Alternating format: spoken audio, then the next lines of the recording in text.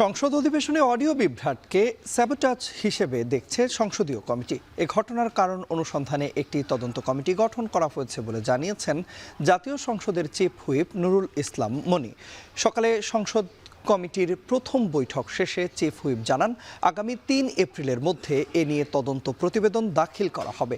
পাশাপাশি সংসদ সদস্যদের অভিযোগের প্রেক্ষিতে হেডফোন পরিবর্তন করা হবে বলেও জানান তিনি।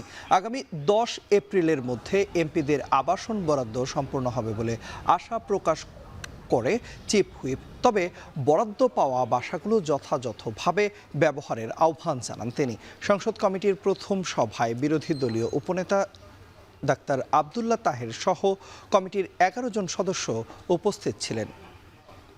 এক্সপার্ট লোককে আমরা ইনভাইট করেছি, সেটা হলো বুয়েট থেকে, যারা সাউন্ড বিশেষজ্ঞ এরকম লোকজন দাওয়াত করেছি, যাতে আমাদের সাউন্ড সিস্টেমটা রিয়েলি প্রপারলি কাজ করে তার ব্যবস্থার জন্য আমরা অনেকদিন নেতৃত্ব করেছি। আর অন্যান্য যেগুলো ছোটোখাটো জিনিস যা কিনতে হবে তা কিনে আমরা যেন ১০ তারিখের মধ্যেই আমরা চেষ্টা করব বরাদ্দ দেওয়ার জন্য।